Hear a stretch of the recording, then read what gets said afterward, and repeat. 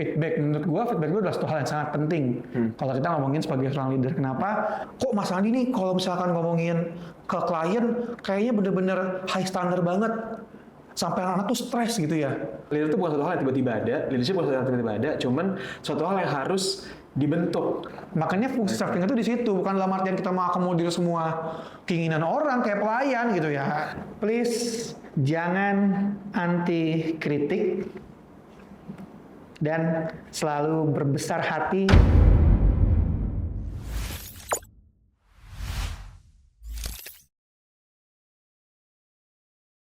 Suka atau nggak suka, ada satu skill esensial yang perlu kita kembangkan terus-menerus untuk berprogres dalam hidup, yaitu leadership. Dan hari ini gue lagi ngobrol sama co-founders dari PeopleShift, perusahaan konsultan SDM yang sudah membantu 5.000 leaders across 100 perusahaan untuk mengaktualisasikan, meningkatkan potensi kepemimpinannya.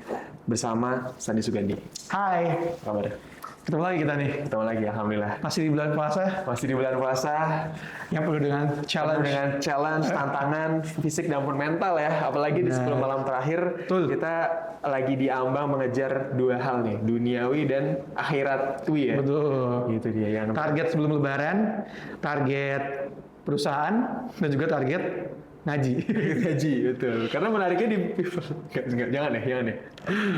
Iya, tapi intinya di 10 malam terakhir ini selain akhirnya ada challenge gitu ya di kita sebagai seorang pribadi, ternyata ada challenge juga sejujurnya kita sebagai masyarakat juga dan mungkin ya sebagai seorang negarawan juga lah ya bisa dibilang. Jadi nanti kita akan ngebahas gitu. Ada salah satu aspek dari leadership yang ternyata nih esensial banget. Cuman somehow itu satu hal yang sangat-sangat tricky, yaitu mengenai menerima feedback dan juga memberikan feedback gitu. Karena ternyata itu ada suatu hal yang nggak semua orang tuh bisa lakukan dengan eksekusi dengan baik gitu. Nah mungkin sebelum gua pertanyaan yang lebih lebar lagi San, menurut lu pribadi lah ya sebagai seorang leader juga udah ngelit berbagai multiple bisnis juga, apa sih pandangan atau perspektif lu tentang feedback dulu deh sebagai seorang leader dulu? Oke. Feedback, menurut gua feedback itu adalah satu hal yang sangat penting. Kalau kita ngomongin sebagai seorang leader, kenapa? Menurut gua itu salah satu tools esensial buat kita bisa tahu sebenarnya kekurangan kita itu apa, kelebihan kita itu apa gitu kan. Sehingga dalam konteks pengembangan kita bisa on point. Ya, jadi kalau bisa dibilang penting nggak? Penting banget ngomongin feedback. Easier said than done ya, karena kita tahu itu adalah suatu hal yang pasti akan mengarah kepada kebaikan dan kebenaran gitu ya. Tapi banyak leader, bahkan termasuk gue mungkin dulu gitu ya, itu sangat mungkin ya, gue ada dua polar nih seorang leader yang sangat mengakomodir feedback dari timnya. Sama ada leader sebelahnya lagi, pola sebelahnya adalah yang sangat anti kritik bisa dibilang, sangat tidak mau menerima feedback karena dia sangat percaya dengan idealismenya dia, gitu. Nah, menurut lu ya, dulu nih San, menurut lu lagi lu di polar yang mana kalau dulu? Soalnya kalau gue di polar yang sebelah kanan nih, yang terlalu mengakomodir feedback. Oke. Kalau lu gimana? Lupa lagi gue yang gimana ya dulu ya. Cuma gini deh, gue ngomong sebelum ngomongin dulu, mungkin gue coba ngomongin di versi ideal dulu aja lah. Gini no, feedback itu menurut gue satu hal yang memang penting dan pasti seorang leader akan terima gitu ya. Nah, terlepas sebenarnya secara karakternya orang mengakomodir banget atau mungkin tidak mengakomodir karena dia sangat percaya dengan beliefnya dia gitu ya. Menurut gue lebih penting dibanding itu adalah bagaimana seorang leader itu bisa merespons. Oke, merespons kritik yang masuk ke dia, masukan yang masuk ke dia gitu kan. Nah, kan baik lagi ya, kalau emang ternyata kita dizat buat nggak menerima masukan tersebut, menurut gua nggak ada yang salah.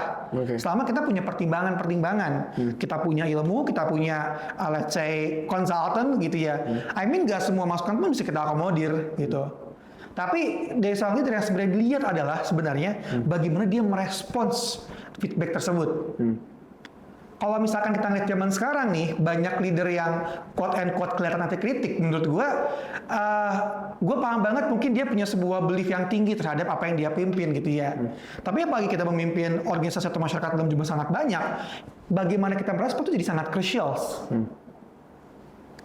Seorang leader tuh nggak boleh kelihatan terlalu reject gitu ya, omongannya orang, karena ntar dianggap terlalu anti kritik tadi. Ya. Tapi juga di sisi lain nggak boleh terlalu mengiyakan. Makanya jawaban diplomatis sebagai seorang leader ini dibutuhkan. Makanya kalau ada yang bilang kayak, wah ini seorang leader X gitu ya, jago dalam omong-omong doang. Menurut gua omong-omong ini salah satu skills yang penting gitu ya, buat merespons salah satunya feedback tadi. Karena kalau feedback tadi tidak respons dengan baik, otomatis tim di bawah kita juga pasti akan gelisah gitu ya. Kok ini orang gini banget sih, atau batu-bat keras banget, atau kayak people pleasure banget gitu ya. Ya dia harus ada di tengah-tengah. Oke. Gitu ya. Yes. Gitu So, goals-nya adalah bagaimana kita bisa menjadi seorang leader yang ada di tengah-tengah itu ya. Lebih ke responsnya. Oke. Bagaimana merespons dengan cara yang balance gitu. Oke, setuju. Berarti emang ya golden means lah ya, golden rule-nya lah, yaitu di tengah-tengah nggak semua dilepas, semua feedback diakomodir, tapi nggak terlalu anti kritik juga. Nah, tadi kita ngomongin respons. Bagaimana cara merespons? Kita nggak usah ngomongin feedback udah terlalu diplomatis lah. Gimana cara merespons kritik seorang leader dari timnya dulu deh, dari internal timnya gitu. Bagaimana menurut lo lebih baiknya tuh seorang tuh menerima kritik gitu? Dari timnya internal. Oke. Kalau gue tuh ngeliat kritik itu ada dua hal ya. Ada yang memang sifatnya membangun, ada yang tidak membangun. Nah, kita sebagai manusia, kita nggak usah ngomongin leader deh gitu. Kita harus bisa memfilter sebenarnya kritik mana yang benar-benar tuh membangun buat kita gitu ya. Kedepannya tuh baik gitu kan. Nah, ketika akhirnya kita let's say ketika gue dikritik gitu ya, ya biasanya gue tidak akan pernah langsung mereject even kritiknya itu baik atau buruk. Tapi di hati gue udah tahu nih mana yang memang harus gue proses lebih lanjut, mana yang harus gue lupain. Oke? Nah, regardless apapun itu, pasti kan gue harus respons, iya gak? Nah, responsnya biasanya gue akan selalu coba emphasizing dulu. Gue coba empati. Kenapa akhirnya orang tersebut punya pemikiran seperti itu? Dia harus punya reason dong, kenapa dia akhirnya ngasih sebuah kritik seperti itu. Jadi, gue coba emphasizing supaya seolah-olah gue paham point of view dia. Bukan berarti setuju, tapi gue harus paham apa yang dia pikirkan. Nah, setelah itu, gue baru akan merespons, gue menjelaskan apa yang gue pikirkan, kenapa gue akhirnya bersikap seperti yang dia kritik gitu ya. Contoh lah, misalkan gini, kok Mas Andi nih kalau misalkan ngomongin ke klien, kayaknya bener-bener high standard banget. Sampai anak-anak tuh stres gitu ya. Lagi training gitu kan. Anak-anak operasional tuh bener-bener standarnya banyak sekali gitu. Padahal tuh kelihatannya kayak penting nggak penting gitu kan. Apa yang diarahkan. Yang ada tim kita malah kecapaian nih buat memenuhi standar tersebut. Nah itu kan kayak seolah-olah kritik yang kayak bener gitu. Kayak ini si tim operasional gitu ya, let's say yang coba kritik itu kayak gila lu standar lu tinggi banget, capek nih gue gitu kan. Nah, gue akan merespons dengan kayak, ya gue paham banget sih bro, apa yang kalian pikirin. Capek ya, harus mikirin perintilan ini, itu gitu kan. Even gue pernah di posisi kalian juga capek gitu. Sampai nggak tidur, even buat mikirin satu hal yang kayaknya orang nggak pikirin. Nah, tapi kenapa akhirnya gue meng-create sebuah standar seperti itu? Karena, balik lagi nih, kadang kalau ngomongin training, klien itu bisa jadi ya, lupa dengan materi yang dia pelajarin. Tapi dia akan ingat dengan servicing hal kecil yang mungkin sifatnya kayak hospitality gitu ya, yang dirasakan selama training. Ruangannya panas, dingin, makanannya enak gak enak gitu ya. Kan kayak nggak penting buat training, karena kita sebenarnya ngajarin dia ilmu. Tapi buat audiens kita itu jadi penting. Nah, jadi itu ya, walaupun nanti gue coba proses kira-kira mana yang bisa gitu ya, coba kita adjust, mana yang emang nggak bisa kita adjust. Terima kasih buat masukannya. Ini gue akan coba proses lagi gitu kan. Next coba gue akan create SOP atau policy baru gitu ya, itu gue aja. Mana yang masih bisa kita coba toleransi. Thank you atas masukannya. I see. Berarti kalau gue coba ambil abstraknya lah ya. Pertama kita akan start dari empathizing dulu. For sure. Kita akan berempati, kenapa sih si orang ini ngasih kritik atau feedback ini ke kita. Cuman yang menjadi kuncinya juga gitu ya, karena problem gue adalah gue orang yang polarnya sebelah kanan tuh, yang terlalu mengakomodir semua ide.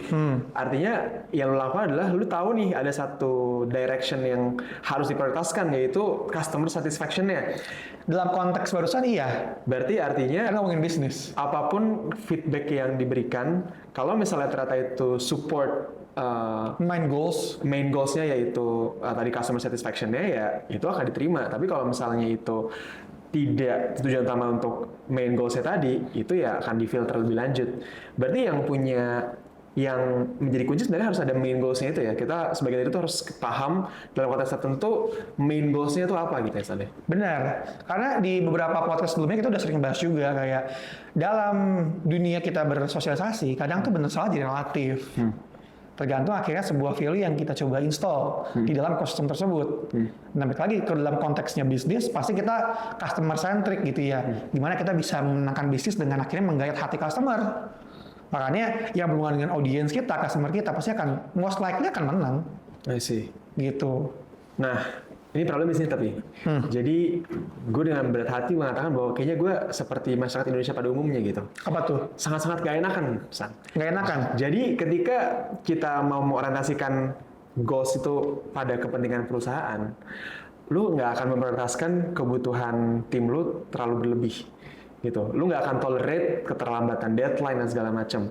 Tapi itu akan membuat istilahnya tim lu tuh ada kayak tadi ke pressure, merasa nggak enak, merasa nggak nyaman selama ultimate goals dari perusahaan ini tercapai. Nah, ternyata gue ngerasain gue orang yang nggak enakan nih. Gue sangat ingin mengakomodir perasaan dari tim gue gitu. Dan gue rasa mungkin calon leaders atau mungkin leaders yang ada saat ini ya, itu mungkin merasakan hal yang sama. Gimana caranya untuk merusnya shifting mindset itu, San? Oke. Mungkin ini yang akhirnya nggak bisa dibeli dengan instan. Nggak bisa dibeli pakai uang. Nggak bisa dibeli dengan sekedar kayak kita banyak punya title atau mungkin course gitu ya. Oke. Berarti nggak teori. Ini yang disebut kebijaksanaan.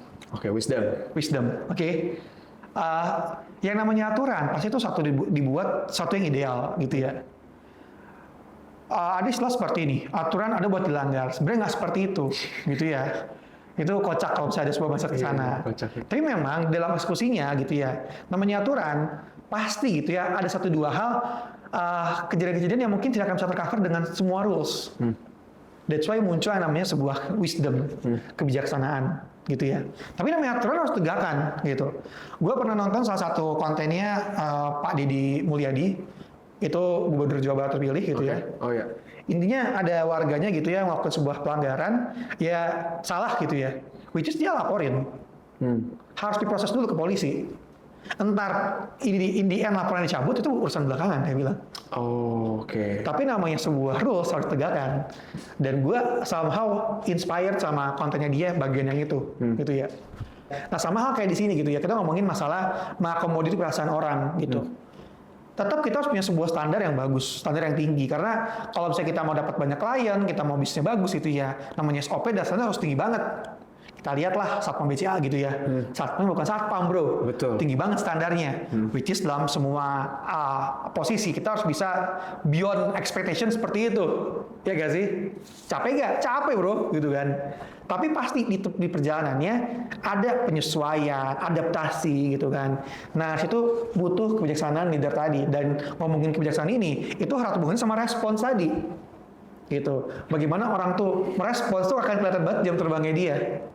Makanya tadi kan ketika kayak tim operasional sebuah let's say protes gitu ya, kok kayak standarnya banyak banget sih, ini penting gak sih sebenarnya gitu kan. Ya gue harus pahamin, memang mereka standarnya belum di situ. That's why dia masih jadi staff karyawan gitu kan. Mereka masih coba belajar buat naikin standarnya dia, naikin value-nya dia. Makanya gue coba emphasizing dulu. Tapi kita harus tekankan lagi ke dia sebenarnya tujuan dari sini itu apa, big goals-nya itu apa gitu kan. Dan dari tengah-tengah ada penyesuaian segala macam, adjustment, yaitu kita akan coba pertimbangkan lagi gitu kan. Kita akomodir, kita pikirin lagi mana yang masih bisa dicoba standarnya di-adjust dulu lah gitu buat mungkin 1-2 bulan pertama gitu kan. Ketika kita coba implement sebuah standar yang baru. Baru ntar ketika udah biasa, ya kita tekanin lagi standarnya pelan-pelan. Ya mungkin kan gak nyaman, tapi kan kita sama-sama sadar juga gitu ya. Kita tanamkan ke tim kita, kalau emang ketidaknyamanan adalah proses bertumbuh. Jadi nggak masalah gitu ya. Kalau emang ketika kita berkembang, ada hal yang kita tuh mungkin belum begitu nyaman ketika ngejalanin prosesnya. Oke. Kita ngomongin feedback ya hari ini ya. Jadi kalau misalnya tadi kita bahas sebenarnya ke dalam dimensi feedback kan ada dua ya. Yaitu tadi menerima sama memberikan feedback. Jadi kalau menurut lu nih sebagai seorang leader yang baik, kita tuh harus pertama tahu cara ngeresponsnya dulu. Mungkin kita harus empathizing dulu kondisinya kenapa mereka ngasih feedback itu. Terus kita alignkan sama main goals-nya. Baru nanti dilihat apakah feedback ini cocok atau enggak gitu untuk diterapkan diimplementasi dalam kinerja tim. Nah tapi menariknya untuk melakukan empathizing tadi itu tuh betul yang namanya wisdom juga gitu. Karena dan ini menarik ya, karena wisdom itu kan kalau yang gue pelajari ya, wisdom itu tuh lahir dari experience kan. Iya. Wisdom itu tuh lahir dari experience. Which itu satu hal yang nggak bisa, tadi lu bilang juga nggak bisa dibaca dari buku gitu kan, itu harus di experience. Nah, ini gue nanya secara praktikal lah ya. Gimana caranya kita akhirnya bisa memunculkan lebih banyak chances nih, kesempatan untuk melatih empathizing atau melatih penerimaan feedback kita, San. Gitu. Menurut lu gimana cara kita bisa meningkatkan kemampuan kita untuk melatih hal tersebut? Oke, mungkin gue coba sedikit ini ya, sedikit koreksi aja. Tidak 100% gitu ya. Kayak dengan kita belajar dari buku, ngobrol sama orang, ngomong wisdom ini nggak bisa kita serap gitu ilmunya. Bisa, cuman memang kalau belum kita praktekin, kadang tuh masih belum bisa kayak langsung klik gitu loh. Kayak mungkin kalau dalam case nyatanya kayak lu kayak tahu nih usaha apa, cuman kayak masih belum firm gitu ya. Nah itu karena biasanya kita based on theoretical aja. In the end memang wisdom itu 100% belum bisa kuasain ketika emang kita praktek gitu. Cuman apakah nggak perlu sama sekali belajar ya? Sebenarnya perlu aja, cuma kita nggak 100% bisa kayak langsung aplikasiin ilmu yang berhubungan sama wisdom dari cuman buku atau mungkin tahu dari orang doang. Itu mungkin ya sedikit disclaimer-nya. Nah, terus gimana akhirnya bisa meningkatkan gitu ya ke wisdom tadi gitu kan. Nah, sebenarnya gini, ketika akhirnya kita coba meningkatkan wisdom itu, pasti lebih besar porsinya ketika banyak praktek juga Nah, cuman kan ketika orang praktek ini, dia ada dua jenis. Ada yang dia ya udah praktek aja, repetisi terus gitu kan. Dia mungkin confident apa yang dia lakuin itu udah cukup baik gitu kan. Ada jenis orang yang mungkin memikirkan setelahnya. Ini ketika gua akhirnya feedback seperti ini, outputnya seperti apa ya? Nah, kalau misalkan jenis orang kedua, harusnya akan jauh lebih cepat dalam belajar untuk meningkatkan wisdomnya dia. Karena dia mengevaluasi nih, dari respons gua tadi, kira-kira orangnya tuh gimana ya responsnya? Apakah malah produktif atau kontraproduktif gitu? Contoh gitu ya, dulu tuh gue kalau misalnya nge-feedback orang gitu kan, bahasanya tuh menggunakan bahasa yang sangat terbuka, bahasa yang apa adanya, belak-belakan lah. No filter lah ya. No filter gitu. Gue nggak terlalu banyak milih kata-kata, ya faktanya di lapangan seperti gue akan seperti itu. Nah, ternyata setelah gue lihat gitu ya, walaupun kesannya penyampaian gue sudah bagus, based on data gitu kan, banyak tim gue tuh yang akhirnya kehilangan self confidence. Karena ngerasa kesalahannya tuh banyak sekali. Emang banyak sih, cuman kayak diungkit semua pun juga ternyata setelah gue pahamin gak membuat itu baik lagi. Akhirnya ketika ngomongin feedback tersebut, gue akhirnya lebih memfilter mana hal esensial, hal-hal yang krusial dulu gitu ya, buat gue feedback saat itu. Yang lain gue keep dulu aja, walaupun gue gatel. Kayak gue pengen ngasih semuanya gitu. Tapi yang krusial dulu aja. Plus setelah gue kasih feedback tersebut, jangan lupa juga dikasih sebuah motivasi. Kalau emang dari kesalahan dia itu ada room of improvement yang bisa dia tingkatkan, dia bisa menjadi orang yang lebih baik lagi ketika berhasil menyelesaikan masalah yang udah dia buat sebelumnya. Nah itu yang ternyata belakangan lebih membuat orang termotivasi. Dibanding sebelumnya hanya fokus mungkin ke evaluasi kesalahan dia aja, dan ya udah gitu, membiarkan dia memikirkan solusinya sendiri. Malah membuat orang lebih tidak produktif gitu ya. Malah jadi mental breakdown kayak, aduh, gue sebenarnya bisa gak sih kerja di perusahaan konsultan gitu. Karena kesalahannya ya banyak kan, konsultan tuh menuntut kesempurnaan ya. Kita kan ngasih sanksi ke klien gitu.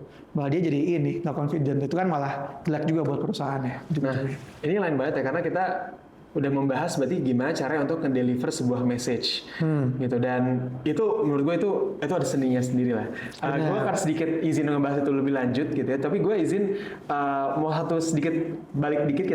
mau balik dikit ke bagian penerimaan feedback, karena ini ada satu esensi yang menurut gue mungkin kelewat nih, bukan di kita ya, tapi ya di kita mungkin sama di masyarakat secara umum.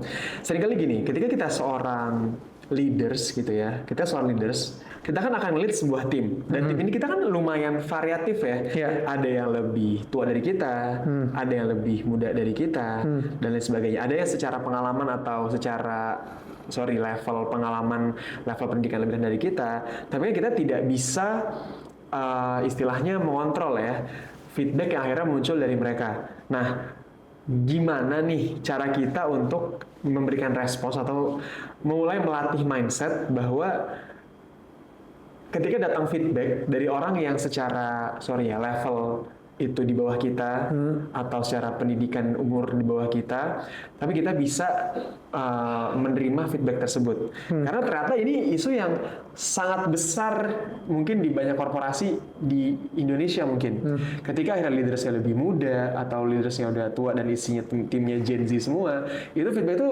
sulit untuk diakomodasi karena ngerasa lu nggak ngerti gitu. Atau kalau bahasa KPAD-nya gitu ya, itu pikiran kampungan gitu. Maksudnya jadi gimana tuh cara menerima feedback dari orang yang mungkin secara level tuh di bawah kita gitu, San? Oke. Secara umum ya, kalau misalnya lu juga pernah dengar ilmu padi gitu kan. Itu ilmu padi. Apa? Apotek tutup. Gitu. Enggak. Bisa dibilang ya, banyak dari mentor gue yang nyampein juga ke gue, kalau memang humbleness itu penting buat seorang leader. Humbleness ini bukan dalam artian kita berendah diri dengan semua orang gitu ya, tapi kemampuan hati kita gitu ya bisa merespons, memproses segala hal yang masuk ke dalam kita dengan pikiran yang jernih gitu kan. Nggak ada tembok dulu nih yang akhirnya membatasi gitu kan pemikiran-pemikiran kita. Karena dengan kita punya tembok, kita tinggi hati gitu ya, kita nggak humble, ya bisa dibilang proses kita belajar juga akan terus terhambat gitu kan. Kita malah membatasi ilmu-ilmu yang masuk ke kita. Orang pernah bilang gitu ya, kita tuh belajar bisa dari siapapun. Karena bisa jadi gitu ya, kita ngomongin sekarang seorang pemulung bro. Pemulung, kalau kita ngomongin aspek korporat gitu ya pasti kemenangan kita bro. Pasti. Tapi kalau misalnya ngomongin, let's say, kayak etos kerja, kedisiplinan, terus juga bagaimana memfilter barang-barang bekas gitu kan, kita mungkin kalah sama dia. Dan ketika dia ngomong di skop kerjanya dia gitu ya, mungkin nggak bisa kita pelajarin. Itulah humbleness gitu ya, kita paham gitu kan, kayak di setiap orang itu ada yang bisa kita pelajarin kok gitu. Nah, dilala ketika akhirnya kita mendapatkan sebuah feedback yang kita paham banget ini tidak make sense, gitu ya. Kayak ini nggak make sense banget nih gitu kan. Ya kita berempati lagi gitu kan. Gue sih suka coba mengingat gitu ya, kan namanya kita usaha kehidupan akan berkembang terus. Oh iya betul. Ya gak sih? Dia ngomong kayak gitu, pasnya staff gue. Ya gue coba flashback, gue dulu pas staff mikir kayak gitu gak ya? Ya gak sih? Most likely juga pasti pernah mikir seperti itu. Makanya tadi, bagian di awal, gimana kita merespons? Kita empati dulu gitu kan. Ngerti nih kenapa dia bisa begitu pemikirannya. Nah cuma kan lagi kalau ngomongnya sebagai seorang leader adalah, leader kan tugasnya apa? Mengarahkan dia ke arah yang lebih benar dong. That's why setelah kita empati, kita kasih mana yang memang standar yang benar gitu kan. Pemahaman yang lebih benar dibanding itu. Ya bukannya pemikiran dia salah, cuma mungkin di stage-nya dia itu yang dianggap dia benar. I see. Nah, cuma kan karena kita udah ngelakuin hal tersebut juga, ya kita bisa ngasih sebuah apa ibaratnya gambaran yang lebih luas terhadap tim kita gitu kan, yang lebih baru lagi, yang lebih memang ya levelnya tinggi lagi gitu kan. Tapi poin pentingnya apa? Ya ketika kita mendengar respons yang kita mendapatkan feedback yang sekiranya tidak make sense, ya tetap kita harus ya humble dulu, emphasizing dulu, proses dulu gitu kan. Apa nih hal baik yang bisa kita ambil dari statement dia? Kenapa dia akhirnya seperti itu? Ya memang kalau emang ada start pikir itu, kita coba kasih sebuah pemikiran yang memang baru, yang memang lebih tinggi levelnya dibanding pemikiran dia saat ini. I see. Gitu. Dan sebenarnya tuh memang jawabannya nggak susah ya, karena kuncinya sebenarnya emang harus humble. Leader, setiap orang yang tanya, lu pengen leader yang gimana sih? Pasti jawabannya leader yang humble kan. Benar. Tapi ketika dipraktikkan kan tidak semudah itu, karena itu tadi lihat ya. Artinya kalau dari jawaban lu, kalau misalnya orang itu mau ngedevelop humbleness-nya dia, ngedevelop empathize-nya dia ya harus mau ngelakuin prosesnya. Artinya leader itu bukan suatu hal yang leader itu bukan suatu hal yang tiba-tiba ada, leadership bukan suatu hal yang tiba-tiba ada, cuman suatu hal yang harus dibentuk, suatu hal yang harus emerge. Makanya istilahnya kalau di ilmu psikologi itu dulu itu ya emerging leaders gitu ya. Dia nge-lead team of staffs, dia harus ngelewatin staff-staff dulu biar dia bisa empathize kebutuhan staff itu seperti apa. Benar. Gitu. Artinya untuk mendevelop kemampuan menerima feedback dalam leadership, ya kita nggak mau ngelewatin prosesnya gitu ya. Berarti mungkin ya leader-leader yang mungkin nggak bisa empathize Mungkin dia belum pernah tuh San ngelakuin Bisa profesi jadi. habis itu. Dia nggak ngerti. Nggak ngerti dia. Nggak ngerti point of view. Misalkan kayak, lu ngomongnya orang miskin, tapi lu belum pernah jadi orang miskin. Ke jalan. Mungkin nggak 100% akhirnya lu bisa ngerti point of view mereka. Betul. Gitu. Ya emang bisa diminimalisir dengan kayak lu banyak audiensi gitu ya. Betul. Dengan let's say warga-warga miskin nih, kalau kita ngomongin skala negara gitu kan. Betul. Ya cuman pertanyaannya seberapa banyak leader-leader negara kita yang menghabiskan waktu dengan masyarakatnya. Dan actually berinteraksi dengan masyarakat itu ya. Iya, gue kemarin baru ngeliat podcastnya inilah Tempo gitu kan. Wah. Nah, dia bilang gitu ya, hasil dari wawancara dia terhadap anggota DPR RI, memang diakui hubungan anggota DPR dengan masyarakat itu sangat jauh dan renggang. Sangat-sangat jauh dan yang. Ya makanya wajar ketika dia tidak bisa mengerti pola pikir masyarakat, Betul. tidak bisa merespons dengan ya empati tadi gitu kan. Responsnya kayak kesannya kayak asal ceplos gitu kan. Seakan-akan dengan ngasih pantun, ngasih sembako tuh udah interaksi yang cukup gitu ya. untuk Iya, kehidupan tapi ya masyarakat. nggak ngerti pola pikirnya dia gitu, sehingga ya dikira tuh statement itu ya bener, menurut dia mungkin bener-bener aja gitu kan. Cuman bisa jadi menurut orang lain kayak ya menyakiti hatinya gitu kan. Betul. Ya gitulah. Oke, so dalam menerima feedback kuncinya bisa bilang sebenarnya kuncinya satu, yaitu gimana cara kita ngerespons. Respons. Tapi respons yang terbaik adalah gimana kita merespons dengan empati dan humbleness itu. Iya. Dan untuk mendapatkan humbleness dan empathy itu kita harus go through the experience itu. Most likely harus kayak begitu. Harus paham dan harus ada beneran tahu sepatunya tim itu seperti apa. Iya. Nah, setelah kita masuk dalam memberikan feedback nih. Ini tricky juga karena gini. Pertanyaan pertama simpel aja. Menurut lo memberikan feedback itu lebih baik personal atau berkelompok? Kan maksud gue Paham. apakah dibentak-bentak di depan umum gitu ya, di grup misalnya, atau chat personal? Oke. Kalau menurut gue sih, gue belajar memang leadership itu ada sebuah teori. Gue bukan orang psikologi by the way, tapi gue pernah dengar ada yang sebutannya adaptive leadership. Ya, Jadi leadership yang memang menyesuaikan dengan audiensnya siapa. I see. Ya Indian nggak bisa dipukul rata gitu loh. Kadang cara treatment orang itu, kan kemarin ngomongin feedback ya. Kadang kita nggak bisa pukul rata gitu. Cara kita nge-feedback ke satu orang dan orang lainnya. Bisa jadi gitu ya. Kayak memang dibutuhkan sebuah feedback yang memang let's say terbuka. Atau di sisi lain gitu ya, kalau misalnya audiens tertentu gitu, ya memang nggak pas kalau dikasih feedback secara terbuka, gitu kan. Nah, contoh misalkan gini, gue pernah belajar dari salah satu senior gue di kampus, dia sekarang udah jadi direktur di perusahaan BUMD. Dia jadi direktur nomor 36, menurut gue sangat-sangat muda. Dia ngebagi itu audiens yang dia lihat ke dalam 3 kategori. Satu itu dia bisa bilang tuh pekerja kasar, mungkin buruh gitu ya bahasa dia. Terus mantri ini asisten dokter ya, bisa kalau di kampung-kampung gitu kan di puskesmas. Ada yang bupati gitu ya kasarnya. Nah kalau yang level si tadi ya buruh ini, yang kasarnya kalau misalkan nggak dipecut dia nggak akan gerak. I see. Ya emang ada juga tipe audiens seperti itu. Lu nggak gas dia nggak akan gerak. Tapi juga ada audiens yang memang tipe mantri, lu kasih kode arahan sedikit dia jalan, dia nggak pengen lu gas, kasarnya gitu. Nggak cocok lah. Atau yang tadi model bupati gitu kan, ya kasarnya nih kalau misalnya presiden lagi kunjungan kerja gitu kan ke sebuah kota kabupaten, ini presidennya udah gerak-gerak sedikit, dia udah langsung nge-sense nih. Ini apa nih yang dibikin gak nyaman nih? Apa yang salah nih gitu kan? Itu level orang bahasanya gitu ya. I see. Nah ngomongin feedback juga sama. Menurut gua ada yang orang akan lebih produktif gitu ya kerjanya ketika memang secara feedback tuh keras. Ya mungkin dia akan bergerak by fear, dia akan bergerak ya based on komando gitu kan. Tapi ada juga audiens yang nggak pantas, nggak pas digituin. Dia malah kalau misalnya digituin, egonya kena, gitu kan, malah jadi kontraproduktif, gitu kan. Biasanya orang-orang yang lebih berpendidikan nggak suka tuh digituin. Ya, apalagi yang udah mungkin dia punya posisi, punya jabatan, yang mungkin lebih tinggi lagi kan. Kayak nggak usah kayak diajarin gimana-gimana, mungkin dengan kita cerita aja gitu kan, ya dia udah ngerti sebenarnya concern kita di mana. I see. Malah dia kalau misalnya kalau dikasih arahan gitu ya, kayak let's say mantri gitu, bupati mungkin kesinggung. Iya. Gitu kan. Nah itu yang gue pelajari juga. Karena gue pernah juga tuh mencoba membuat satu sistem leadership yang sama, pukul rata buat semua orang. Buat semuanya. Begini, ternyata nggak works bro.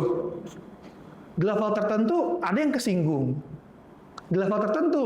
Ada yang hilang, tapi juga ada yang jalan gitu kan. Oh, di situ gue belajar juga ternyata emang cara gue yang seperti itu pasnya buat audiens seperti ini. I see. Nah, itu kan ngomongin feedback juga sama gitu ya. Yang lu bilang tadi, feedback ya salah satu bentuk komunikasinya lah gitu kan. Depan umum tadi ya, pribadi, atau mungkin even nggak usah di feedback. Oke. Cuman cerita aja gitu ya. Lagi cemas nih, sini. I see. Dia udah kesan sendiri. Oke. Gitu. Menarik. Ini sebenarnya kalau mau disimpulkan sebenarnya sangat gampang ya. Tapi ternyata leadership itu kan it's all about bagaimana kita respons di berbagai Situasi, kondisi, yang berbeda. audiens. Dan tadi gue seneng banget sih contohnya tadi dia ngasih feedback itu sesuai dengan levels of Peoples-nya. jabatan seperti apa gitu. Well, Ada yang peoples-nya. mantri, ada yang Guru. ada yang pekerja kasar sama bupati kan. Nah, ini gue nanya practical implications. Oke. Kan berarti dia ngebagi dalam levels of jabatan kan. Dia memberikan feedback dengan cara yang berbeda across levels of jabatan. Mungkin bukan jabatan bro, lebih ke kapasitinya lah. Oh, berarti bukan suatu hal yang formal berarti ya? Nah, cuman biasanya suatu yang formal itu mendeskripsikan capacity. Oke, kayak misalnya kalau di korporasi ini ada managers, ada supervisor, ada staff. Ya, let's say kan kayak misalkan direktur ini bisa jadi dia levelnya bupati. Tadi ya kalau bisa pakai bahasanya si senior gue. Iya. Nah, cuman bisa jadi belum tentu juga sebenarnya ya si direktur ini semuanya kayak bupati. Oh, oke. Bisa jadi direktur itu ada yang levelnya mantri juga, Pak. Oh, berarti, nah tadi pertanyaan gue sebenarnya situ, apakah kita membagi cara kita nge-feedback itu sesuai dengan levels jabatannya dia, atau penilaian kita terhadap orang itu, dia ada di level mana gitu? Yes, betul banget. Jadi tadi ya yang gue jawab juga sebelumnya, biasanya emang jabatan itu most likely, tapi tidak selalu. Itu akan nge-represent kapasitinya dia seperti apa, karakter seperti apa. Tapi tidak selalu orang dengan jabatan tertentu itu nge-represent karakter yang memang sesuai dengan jabatannya dia. I see. Makanya tergantung, balik lagi. Ada gak orang yang punya jabatan sangat-sangat strategis tapi nggak punya capacity? Ada, pasti ada dong, somewhere di sana. Banyak dong, iya kan? Iya. Ya maksudnya kalau ngomongin secara umum sih nggak banyak, tapi kalau kita ngomongin kayak, aduh gitu ya cukup banyak jadinya kan. Makanya ya, apakah dia bisa di-treat seperti tadi treatment bupati gitu kan? Ya nggak juga, gitu. Mungkin dia emang masih harus perlu di-feedback seperti mantri kan? I see. Gitu. Ada orang-orang yang mungkin ya biasanya ya kalau yang masuk ke bawah gitu perlu agak dikerasin gitu ya, dicambuk bahasa gitu. Ya ada juga gitu yang makanya perlu di feedback secara umum karena mungkin emang kapasitasnya segitu. Menarik.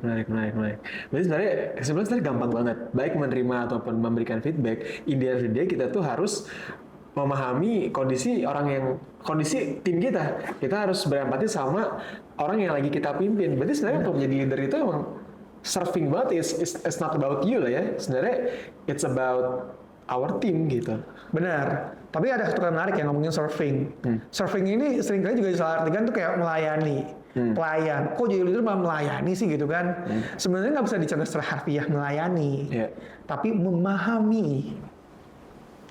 Memahami ini sebenarnya yang leader itu siapa sih, modelnya kayak gimana, sehingga treatment yang diberikan tuh bisa pas. Oke. Ya which is effort gak buat dari dia, effort lah kan dia harus juga ngejas kan. Makanya fungsi surfing itu di situ, bukan dalam artian kita mengakomodir semua keinginan orang kayak pelayan gitu ya. Nggak gitu Pak, itu leader people pleaser namanya kan. Nggak bisa kita kayak gitu, kalau nggak yang kita pimpin nggak akan maju. Yes. Malah visi kita, goals kita malah nggak bisa tercapai kalau kita seperti itu. Tapi kalau kita misalkan memahami tim kita tuh seperti apa gitu kan, kita bisa membuat sebuah strategi yang akhirnya paling pas. Gue nggak bilang terbaik ya, karena mungkin selalu ada plus minus, tapi paling pas buat tim kita untuk mencapai goals-nya kita. I see. Berarti untuk kita memberikan feedback yang terbaik dan paling efektif, kuncinya adalah memahami ya tim kita itu seperti apa sehingga feedback itu nyampe dan terkomunikasikan dengan baik. Makanya sebagai leader itu harus punya sense, empathize dan humbleness yang tinggi ya untuk mau mencerna hal tersebut. Oke, ini ada satu sesi sedikit namanya hot takes.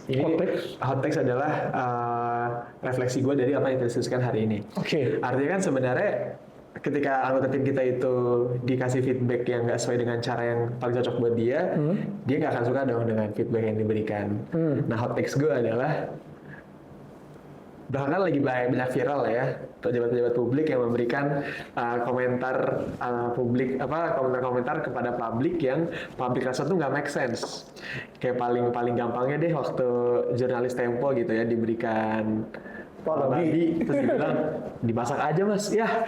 Dan rakyat kan berarti tidak suka tuh dengan feedback yang diberikan sama pejabat publik tersebut. Berarti artinya hot takes gue adalah artinya masyarakat Indonesia secara capabilities, secara capacity itu meningkat tuh. Udah nggak bisa dikasih feedback dengan model-modelan itu mah emang budaya ormas aja mas. Itu mah emang tinggal dimasak aja gitu. Berarti masyarakat kita ini sebenarnya juga lebih tinggi nih standarnya. Artinya untuk menjadi seorang leader di sini berarti harus punya capability yang lebih tinggi lagi gitu ya. Gue boleh argue gak? Boleh dong. Boleh ya, since kita temanya positif keras gitu kan. Iya, ideal seperti itu. Cuman mungkin fakta di lapangan kebalikannya, Pak. Gimana? Kalau gue ngeliatnya seperti ini.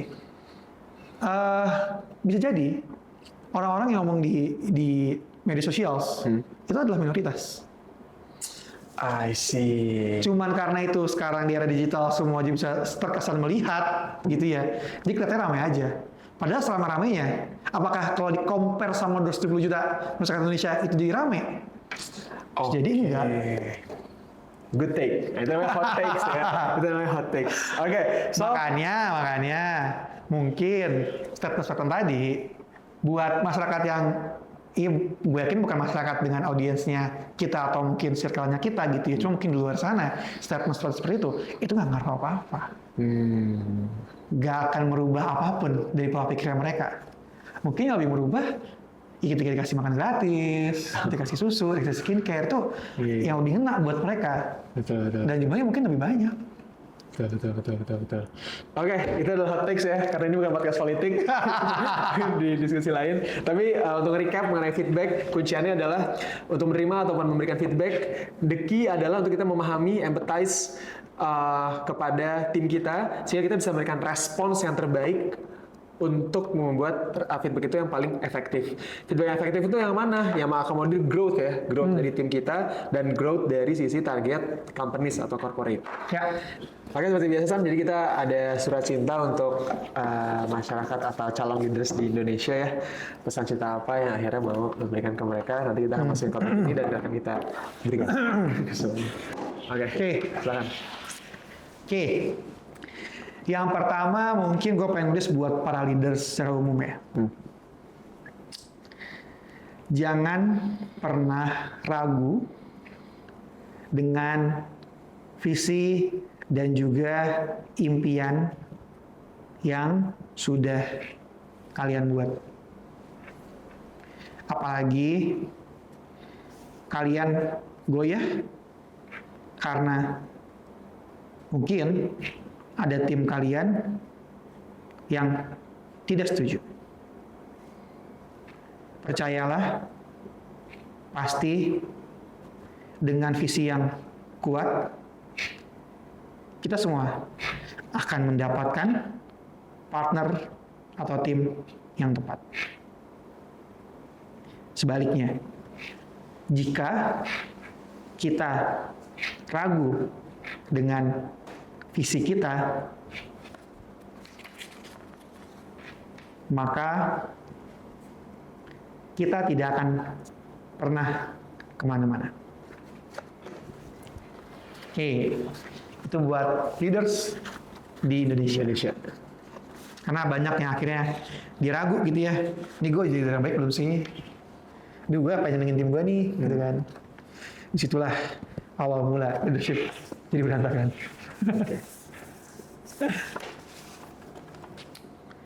Buat siapa lagi ya? Oke. Buat para Gen Z, please jangan anti kritik dan selalu berbesar hati ketika mendengar masukan. Terkadang hal yang kita tidak anggap masuk akal sesimpel karena kita belum pernah mengalaminya atau belum memahaminya. Terus bertumbuh. Oke, itu dia.